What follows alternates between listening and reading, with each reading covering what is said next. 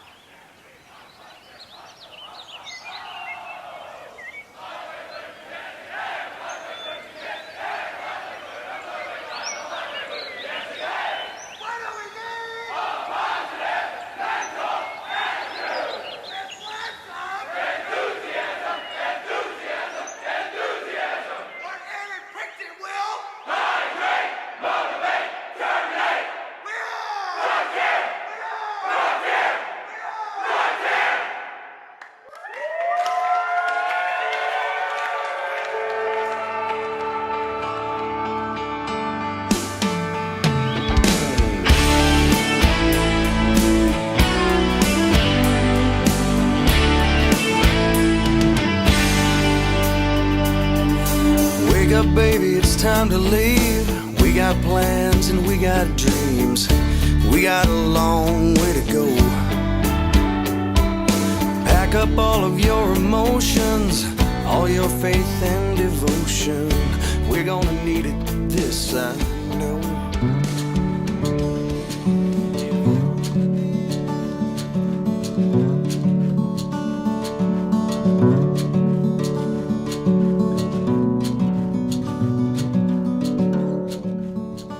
When the council projected the number of youth that we were going to potentially have, they saw the need that we were very much going to outgrow Kamiakanda.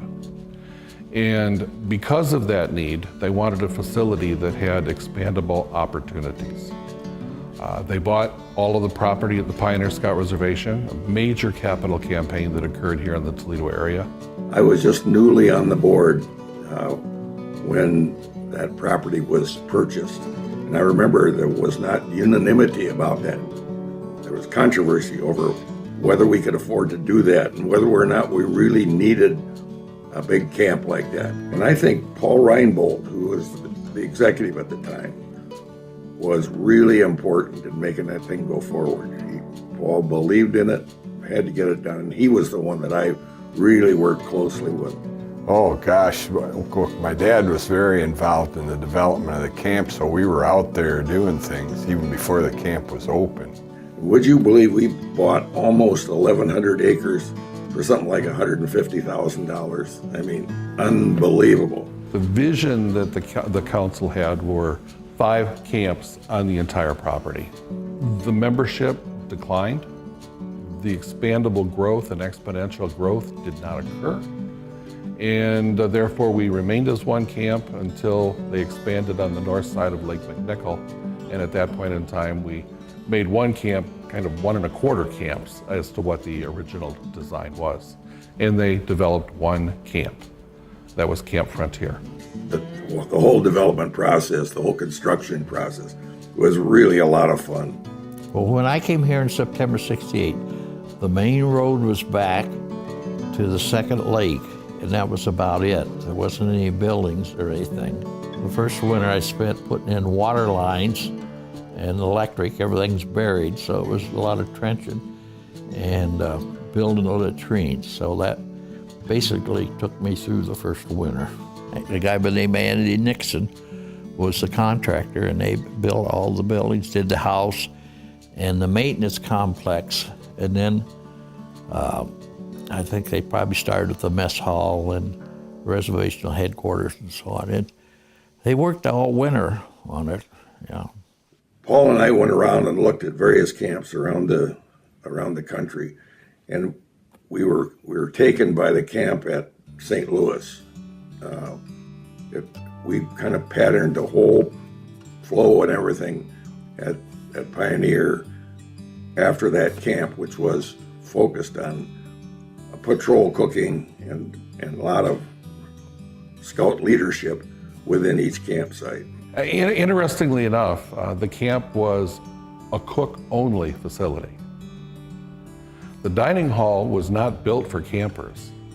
The dining hall was built for the staffs that would run all of the various camps. Yes, originally that's all it was going to do was feed the staff. The troops are all going to do their own cooking. I think when they came in on Sunday, we fed them that Sunday evening meal. And in the mid-70s, when Camp Miaconda was closed, the council realized that they needed to meet the need of campers from a dining hall facility, and so the dining hall was converted to open to the general campership. When I first 1969, when I attended as a second-year scout, it was muddy. The biggest thing that comes to mind was muddy. Well, the first year, we didn't have all this grass. The roads were gravel, and it was a wet spring. So kids would walk through the muddy fields, walk across the road, pick up the big stones, and then go into like the dining hall and the different buildings. And we used to take scoop shovels and scoop the stones off the floors, you know, but it was muddy. Barren. There were no grass on any of the property. The entire front of camp and all of the shores of the lakefront were nothing but mud. The trails were nothing but mud because the water lines had just recently been cut and vegetation was not able to come back onto the property. And then lots of opportunity for service projects for the boys. They probably got tired of planting pine trees and mulching grass. I remember lots of mud. There was no, fancy amphitheater campfire center. The campfires were held at the chapel. Opening and closing campfires were down at the chapel. When there were a couple stone pillars, and the campfires were built on top of those, and that provided most of the illumination. But back in those days, we fit in the chapel area. We didn't have 500 kids and leaders in camp a week. The chapel was highly adequate for the number of people down there to hold a campfire, have worship services, or whatever. Well, in the 80s, when we had summer camp staff, we were probably dealing with, I'm going to guess, around 1,000 to 1,200 total campers for the summer. So that would give us weeks anywhere from 150 to 250 kids. We had a staff of 30 to 35 in that time period. And I would say it worked for us because we were so busy as staff members, we really didn't realize how busy we were and didn't ever have time to sit down and think, oh my gosh, this is crazy. What are we doing here? I would say from that to now, where yes, we have a whole lot more campers, up to, we'll say 400 to 550 a week, but we now have a staff of 100 or so. So while it's more campers, you have a lot more hands to be able to help get things done. Well, the program didn't have the options that this program has. The merit badge offering, my guess would be about half what it is today. The shooting facilities, there was one rifle range, and the archery was makeshift compared to what it is today. It was a smaller list of activities. It was pretty much, back in my scout age time, pretty much traditional scouting. It was the outdoor skills, watercraft, shooting sports. Like I said, it wasn't even until '74 they had the dedicated handicraft. So it was pretty much just the scouting skills and the things that you could do best at camp because you had a lake and you had a river and you had an archery range and you had a rifle range. But that was pretty much everything that was circled around. Pretty much the basic scouting skills with a really good place to do them.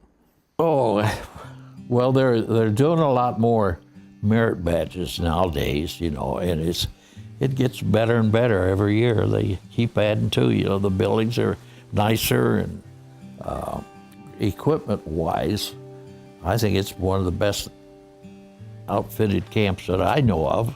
The first year, we didn't have a schedule. You had a merit badge midway. This was 96. You had a merit badge midway on Friday and Saturday night, Sunday night, and you signed people up for merit badge and scheduled them as you could. Camp-wide games in 96 were all Friday afternoon. There was nothing, no merit badges afternoon on Fridays.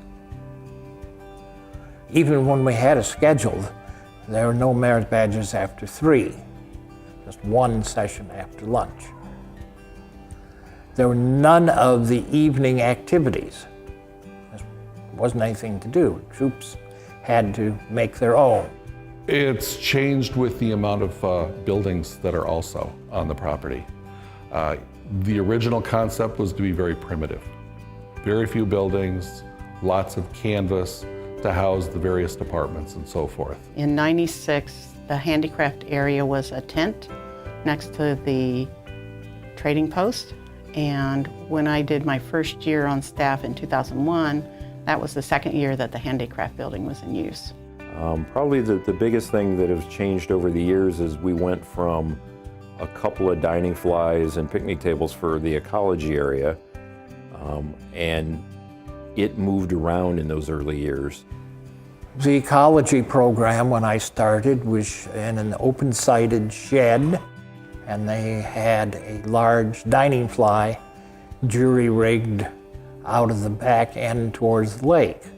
And over the years, as scouting has changed, as needs have changed, as the world has changed, we've grown to a facility that is really marvelous and magnificent with its holdings. There used to be 1 or 2 specialty programs, and now there's just seems like dozens of specialty programs, all sorts of trainings offered, lots of older scout opportunities. Everything has just flourished and blossomed and continues to grow each year.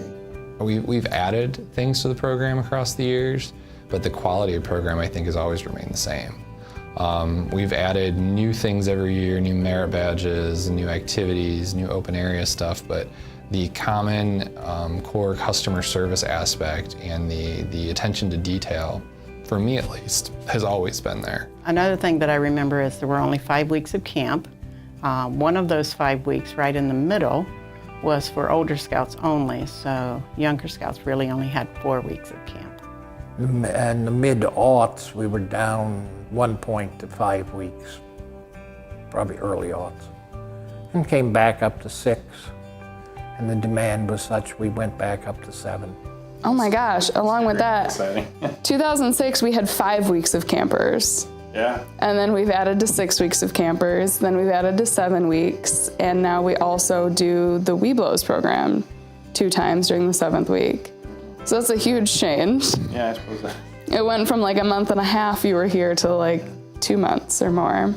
And I do remember in aquatics, we would say, oh, we're gonna be all day. We've got 250 scouts to take through swimming, swim checks.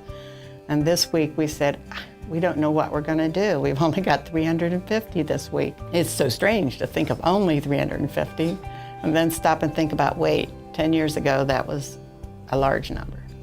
We didn't have the 30 and 40 member troops coming up to camp.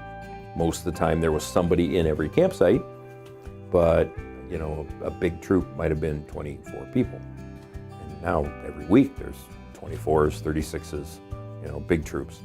Anyhow, the whole thing has developed into the program that we have at camp today, which is really quite remarkable. And it's, you know, it kind of used as a model around the country for how summer camp should be.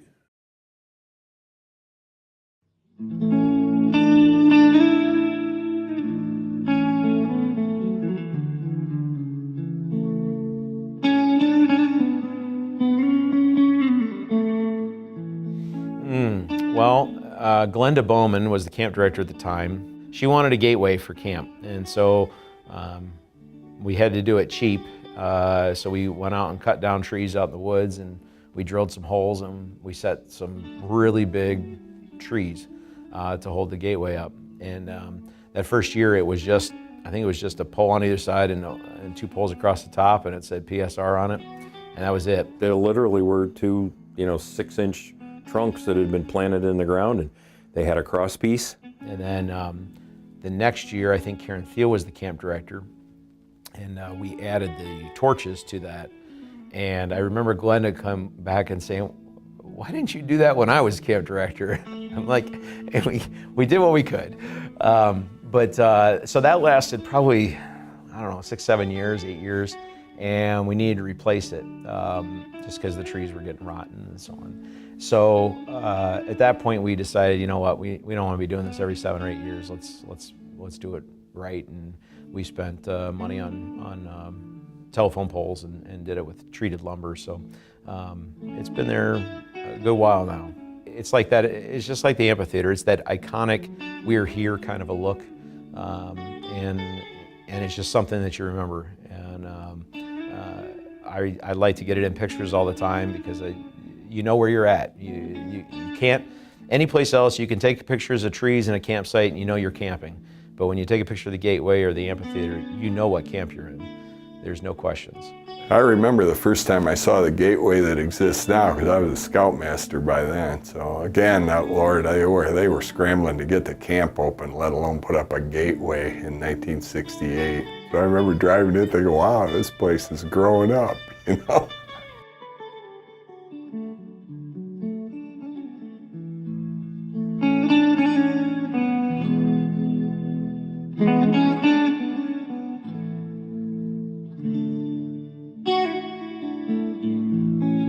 Scouting, to my mind, is a way of building leaders. I've been a scoutmaster pretty much all my adult life. We've always been out there trying to put a good program together for the scouts to come learn things. And I think the scouting program has been in the best position to make itself available to any person. Everybody's got their place in scouting where they can choose what they're interested in and go with that. But scouting, we take you as you are, and you can pick up as much of it as you want, or you can just come and have fun with the parts of it that you like. And if it's just the camping part, advancement really doesn't do anything for you, you're still learning, you're still in the patrol method, you're still watching all the other leaders around you do stuff, the boy leaders. And I really think that scouting puts out a program that's accessible to anybody.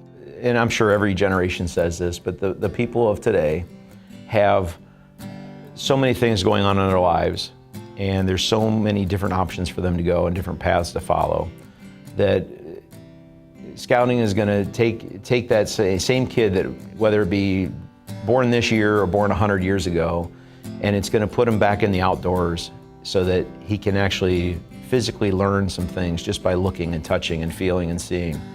And I don't know that you get that everywhere else. You're not going to get it at home in the house, and you may not get it at school. There's a lot that we get to do out here in rural Northwest Ohio that you can't get in the city. And it's so much fun just to hear scouts going around camp being teenage boys, running around like crazy people and just doing the things that teenage boys are supposed to do out here. I believe that PSR specifically helps scouts to become more independent users of the skill. They get more chance to practice. And I credit the Boy Scouts for providing an environment where young kids can learn lessons, where they can make mistakes and fail without it being a critical loss in their life. You can recover so easily from, okay, if you don't pass a merit badge the first time you go for it, so what? But I think for the entire nation and scouting across the world, it's a beneficial program for instilling leadership values and instilling those common core values in every generation to come. It's very hard to teach and very hard to show those leadership values of kindness and those points of the Scout Law.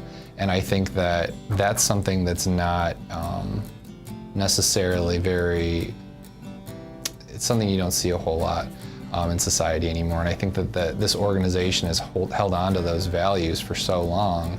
And I think that length of time and that tradition that they've held on to for such a long time is why it's so powerful and so emotional to people and why they continue scouting for the future.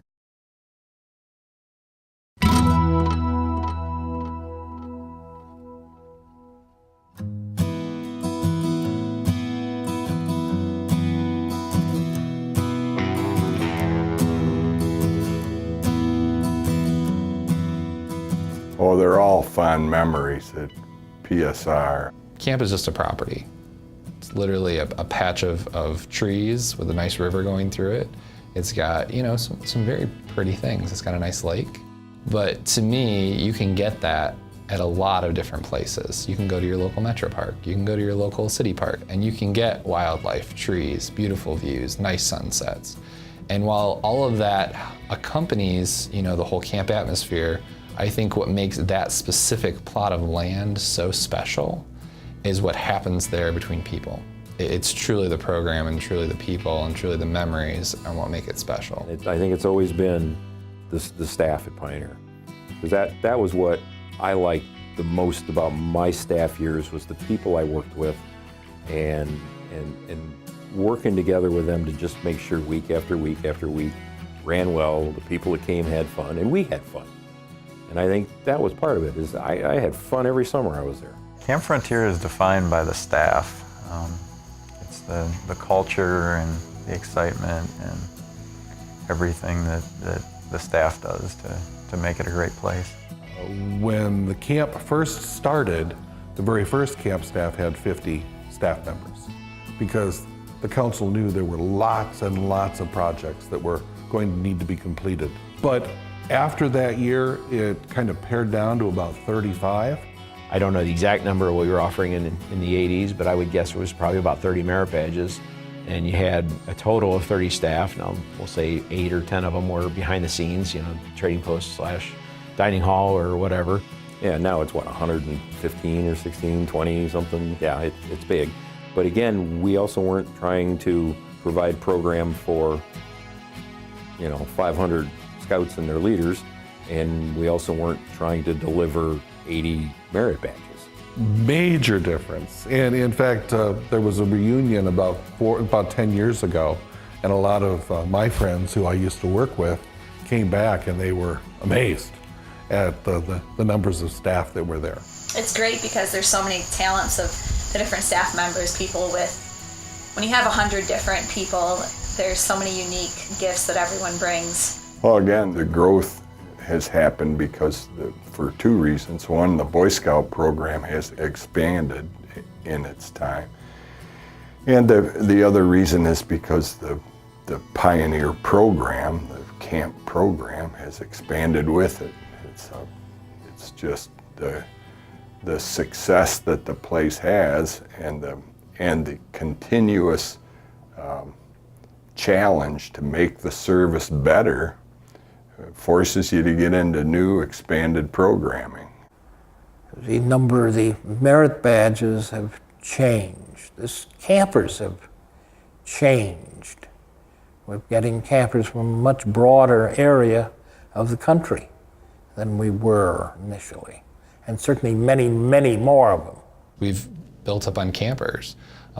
We've added campers, and we've had more campers, more leaders coming to camp, and so we've increased our staff in our commissary area to meet the needs of our campers. And we've increased merit badge class times too. We may offer something 5 times a day because we just need that much time. And in your personal opinion, what qualities would make an excellent staff? First of all is a real commitment to hard work, because it's hard work. It's up early and go to bed late and just a lot of hours, and it takes stamina, and it takes an understanding of what you're there for. An excellent Camp Frontier staff member would definitely have to be someone who is there because they already love Scouts. Somebody with enthusiasm for sure. Somebody willing to get up there and do whatever it takes to get the job done. Cheerful, that they're alert and aware of the needs of other people. Giving. A camp staff member who serves at Camp Frontier has to have a giving spirit, has to have a serving spirit, because servant leaders are the best leaders in terms of leading by example. You get people who are doing things they like. Watching youth learn is a great experience, great thing. Always has been. That learning how to serve somebody else, learning how to take care of somebody else and make them happy is ultimately what makes you happy.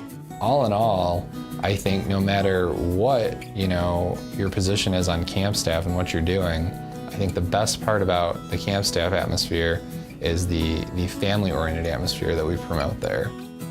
At the end of the day, at the end of the year, that's really what matters is yeah, you've got all this stuff, there's stuff that you've done over the year, but some of the relationships that you make with other staff or campers or scoutmasters, that's what's really neat.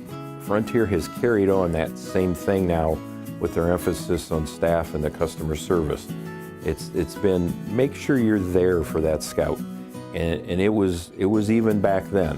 And I think every year they just keep on improving, and your reputation grows. The single most important thing you have to have is a good staff that becomes a team and becomes one big team. And I think that's really the key part of all of Camp and Camp Frontier is that it works together as a team. We've been able to last so long because the emphasis is not on who people are as staff. It's not on we're all Erie Shores Council. The emphasis is on we're trying to provide an opportunity for each person who comes to camp to reach their maximum potential, to challenge themselves toward a goal that they have set. And as each of those goals is met, there is a fond memory built in someone's heart, and it brings them back year after year after year.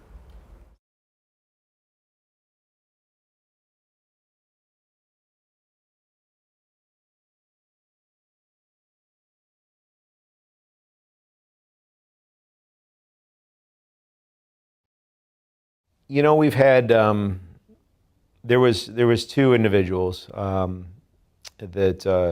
in 1996 died on the way home from camp. And they're actually the two that we got the stars from on our logo. And that was Ted Moroz and Autumn Jankowiak. And all I can think is that Ted in high school must have been the class clown, because at camp he was not only the class clown, but he was also like, I don't want to say an instigator, but he was the life of the staff. He was just gung-ho, Mr. Enthusiasm. Every minute he had, he was singing, dancing. Any place he walked, he was singing. And I'm not going to say that he's the start of that whole family by any means, but he surely built family with staff. And when the two of them died during that last week of camp, it was rough on the whole camp staff, and years after was still rough. But the two stars in our logo are for the two of them, and have now become to symbolize any other staff that have died over the years. But those two specifically, because they died during the summer on their way home from camp, that was a rough year for everybody.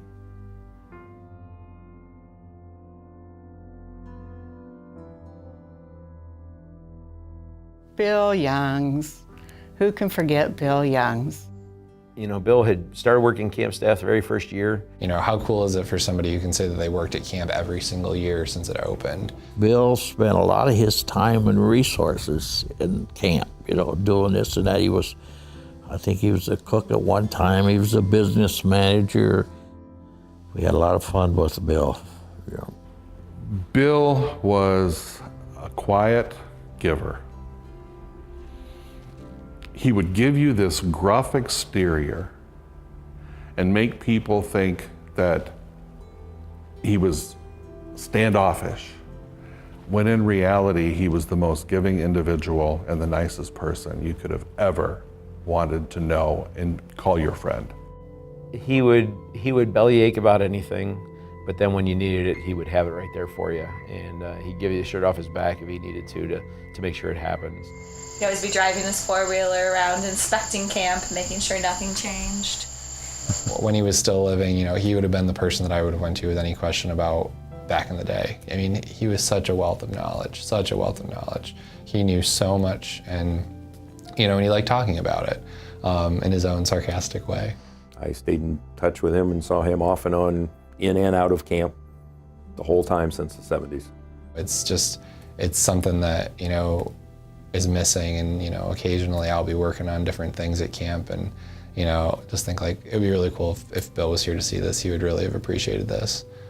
We said that a lot about the trading post remodel. The trading post was always something that was kind of in his heart, and we remodeled it, and I don't think he ever got to see the final product. And that's something that I think he really would have appreciated and really would have enjoyed looking at. And I hope so. Or he would have complained. I don't know if he would have complained about it or not, but yeah. But I think he would have enjoyed it, for sure. So.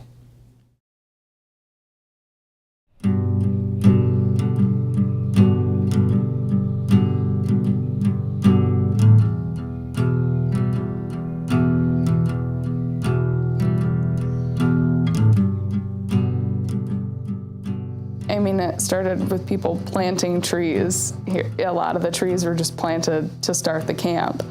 So how much camp has changed in 50 years? I mean, it's gonna happen like incrementally, you know, a step at a time. But I think it's gonna keep changing in the next 50. New programs, more campsites, however it goes, it's gotta keep changing and adapting as the scouting program changes and adapts. Well, every year we seem to try to top what we did the year before, so it just gets bigger and bigger and better and better. Well, I hope it continues to improve and do better. I would like to see more programs designed to get people in depth into areas, regardless whether they provide merit badge. And I think it's something that I see is the kids who were here in the early days, their kids are coming now, you know, and that's kind of a round robin deal. There are a couple of families where the father was either on staff or an older scout, and now the sons and daughters are scouts. They're not Cubs. The addition of females to this program is a huge step for this program, and you can just about imagine the opportunities and the challenges that come with that. So we've got to perfect that, but how exciting it is to add half the population to your opportunity to serve.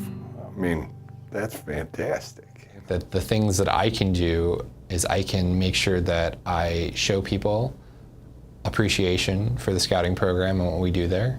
And if I can relay that in some way and make somebody else appreciate it as much as I do, hopefully they can do that in return and continue to do that throughout generations to make sure that there's always a group of people who care enough about the property to, one, make sure that it stays there, and two, continue to provide ideas and programming and different things to keep it going. In life, you're either moving forward or you're falling backwards. You never stay put. So if you're not moving forwards, you're not going the right direction. We can't just keep doing the same thing. They'll always love camping. You know, the basic core, the COSA core of camping, hiking, will always be there. Upcoming project is our new handicrafts building. That's getting started right now.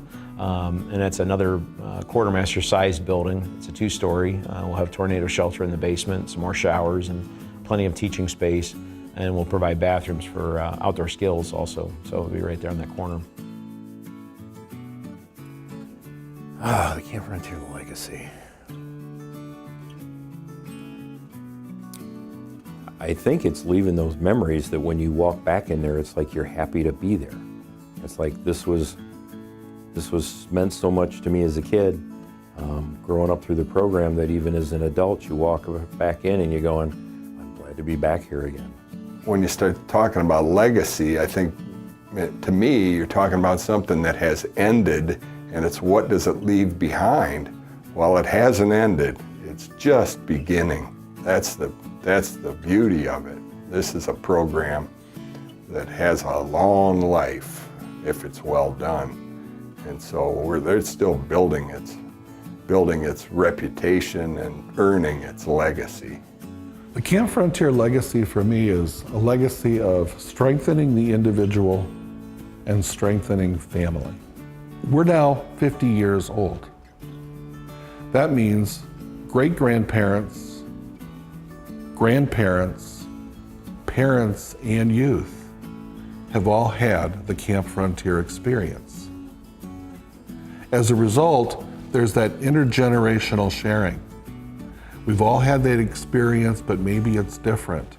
And it allows for further conversation and further development of family goals and principles.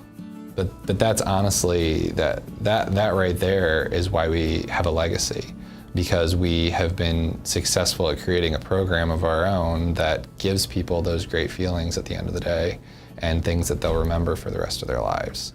I'm so impressed by what's going on there today, especially today, this emphasis on customer service.